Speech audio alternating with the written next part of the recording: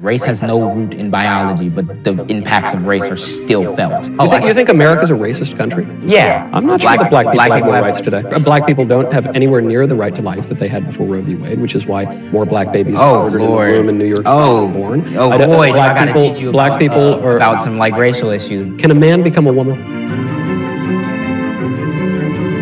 This isn't an ultrasound. No, this is a 9-week fetus in a petri dish.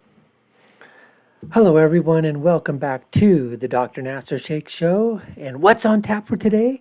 Well, it's another one of our reaction video series, and this time it's a debate between Michael Knowles of the Daily Wire and Joshua Joseph, a BLM activist. Now this video is out there, it's really long, so we cut it up into various parts. This is part 2, and the question that they're discussing between Michael Knowles and Joshua Joseph, the question is murder abortion? Folks, I hope you enjoy this video as much as we did in doing it. Let's go to the video right now.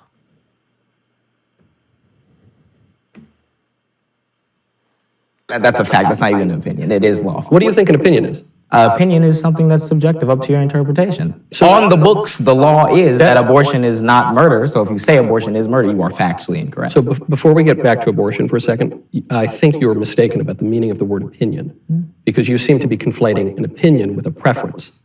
Do you understand the distinction between the two? There is a distinction between the two, but that's not the connotation which I was using. Well, you were saying an opinion is subjective, right? In the way that a preference is subjective. You know, I like vanilla more than chocolate. That would be a preference. That's not what an opinion is. An opinion is when you make a statement of fact from your perspective. So here's how I would show you an example. That gets into the whole like alternative fact realm. You can make a proclamation about what you perceive the world around you to be, and that can be your opinion, but there's a specific distinction between opinion and a fact. Now you can say that like a preference and an opinion are similar in that they're both subjective. That doesn't mean that necessarily they are the same thing. They're not both subjective, because a preference can't be wrong, whereas an opinion can be wrong. So for instance, I can say, I think that the moon is made of green cheese. It is my opinion that the moon is made of green cheese. That is my opinion, but it's wrong. I could also say that I think the sun is shining outside today. And that would also be my opinion, but it would be correct. So some opinions can be correct and some can be wrong, because they're statements of fact from your perspective. No, some opinions can be correct and some opinions can be wrong because of the underlying data and the underlying evidence that is to the reality to which they refer. Yeah. So you can say that it is your opinion that the sun is shining, and that's also an opinion that is based off of the fact that the sun gives off light. But you could also say it's my opinion that that the moon is made out of cheese, but there's literally no evidence to back that up. So exactly. I think reducing it down to a preference versus an opinion is kind of trying to misconstrue the words there. No, because I could have a preference. You know, I could say, I like cigars, which I do, and you don't like cigars. And that's my preference, and that's your preference. Neither of those is wrong. They're just our tastes. And de gustibus non disputandum est, as we say. But I could say a cigar is made of tobacco, and you could say a cigar is made of green cheese. And but I would be right and you would be wrong. But that's not a statement of fact from your perspective. That's what you believe to be a fact, which is what an opinion is. So you can't say that is a statement of fact. Yeah, so if I have a preference of what type of cigar, whatever, those two things cannot be wrong. But if you're saying an opinion is really a statement of fact from your perspective, that's what you just said too. That's what you believe to be a fact. It's not a fact. So that's what I'm saying. If you get into this realm where it's like a fact is entirely dependent on what you perceive it is, that inherently means that one person cannot have a wrong opinion, but you said that one person can have a wrong opinion. It's not that the fact relies upon my perception. It's that my perception can accurately or inaccurately describe the fact. So I could say this is a glass of seltzer. I think this is a glass of seltzer. It is not a glass of seltzer because it is my opinion that it is. It is my opinion that it is a glass of seltzer because it actually is in fact. But if you said this is a glass of chocolate milk, and it is my opinion that this is a glass of chocolate milk, your opinion would be incorrect, and your perception would be defective. No, I will say, I think that the way the language is getting parsed here, it's like an opinion is a statement of what is a perceived fact from your perspective, but it's not a statement of fact from your, because you see where the distinction is? You can't say that it's a statement of fact from your perspective. It's a declaration. You're saying, I think this, I think X, but in reality, the truth is actually Y. So if you're saying, oh, it's a statement, yeah, but if you're saying it's a statement of fact from my perspective, if I say, I think X, it's a fact. I just wanted to bring inside here that I think Joshua here really the back and forth is absolutely phenomenal, and it's just amazing that you could have two people with really diametric ideas, polar opposites completely. I think I'm sure there might be some areas of agreement, but we have yet to see. But in this case here, I think Michael is sort of entering a little bit of quicksand because he's sort of saying, preferences are statements that are true. They can't be wrong. But there could be preferences that are moral and immoral. I mean, you bring that into it. Somebody could say, I have a preference for stealing. I have a preference for, sexual ideas or, that aren't good or harmful or whatever. So that could be a preference, and in that person's mind, that person thinks that he's right. That's a statement that he's making of fact, but we all know that it can't be right, it's wrong, and it's immoral. So the whole thing basically is that people, when you make an opinion could be right, it's a statement, but it's something that you believe. Now, you believing it doesn't mean that it's right, doesn't mean that it's wrong. And the same thing if somebody's basically making if they have a preference. Some preferences in society are the norm, and some preferences obviously would be abnormal. But that doesn't mean that if you have a preference in a statement that you think that it's right, it makes it right, that it makes it correct, that it makes it true. No. But as he said, you've got a preference for something, like Michael said, a preference for cigars, someone doesn't. Okay, those are normal preferences. But when you're talking about statements of fact, or when you make a statement or an opinion, the only time your opinion can be said to be correct is if it aligns with the facts that most everybody agrees upon in society. There might be some other instances where that doesn't happen. I can't think of any right now, but for mostly, the basic premise here is that these guys were sparring on preference and opinion and statement and fact or alternative facts. Like they said, there's always three sides to a story, right? My truth, the other person's truth, and then it's the truth. Anyways, let's get back to the video. That you think X, but that's as far as it can go. It's not really a fact from your perspective. So we can't. I feel like the reason why I'm making the distinction here is because it's kind of like putting my subjective opinion on the same level as because oh, you can't say that I'm wrong because it's a fact from my perspective. That's kind of, maybe I'm reading into what you're saying wrong, but that's kind of the vibe I get. I get the alternative fact vibe where it's like, I'm not sure what vibe that is. That's the Trumpist vibe thing that I'm getting, where it's like you can see people in a crowd. Well, it's my opinion that I had the biggest inauguration size of all time, and that's just an alternative fact because it's from my perspective. Well, but in reality, digital audience, he actually did, but that's a topic for another digital audience is crazy. So I don't think Obama was pulling too much on the live stream forums in 2008. He probably wasn't. Yeah, so exactly. That's why that such a statement would be true too. But I guess the reason it's important to clear this up is because we have a disagreement here over whether a baby in the womb is morally significant in the way that you and I are morally significant. We have a disagreement. You say, I think that no, actually what you're saying is it is simply a fact that the baby's not a baby. And I'm saying it is my opinion that the baby is a baby. Then that's it. No, so we have a difference of opinion, but at most, one of us is going to be right. No, my statement of fact was that abortion wasn't murder because but that would presuppose that the baby is not a baby. If the baby is a baby, then abortion would be murder. Right? Because you'd be unlawfully killing a person. Well, no, because again, when you say the word unlawfully, you're talking about your moral. No, I'm speaking of the objective moral. Yeah, and the law in the United States is that abortion is not murder. If they overruled it and said, yes, now abortion is murder, then it would be murder. But you can't say abortion is murder because it's unlawfully killing a baby or a person or whatever when it is lawful. In many states, abortion. And again, here, folks, Joshua is bringing up the fact, and look, we do it all the time. It's with our rhetoric. Whenever I talk about, somebody being pro-choice or pro-life. I always say pro-choice is, in terms of abortion, is equal to murder.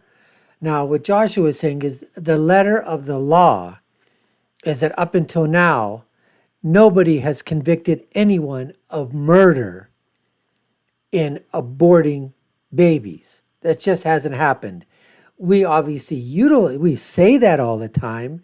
We like to sort of, use that in our rhetoric when we're talking, just to sort of, give that extra, oomph, to our argument.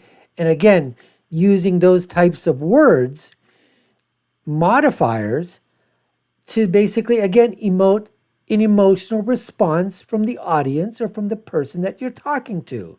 Because as soon as you connotate something with murder, it obviously adds a new dimension to it.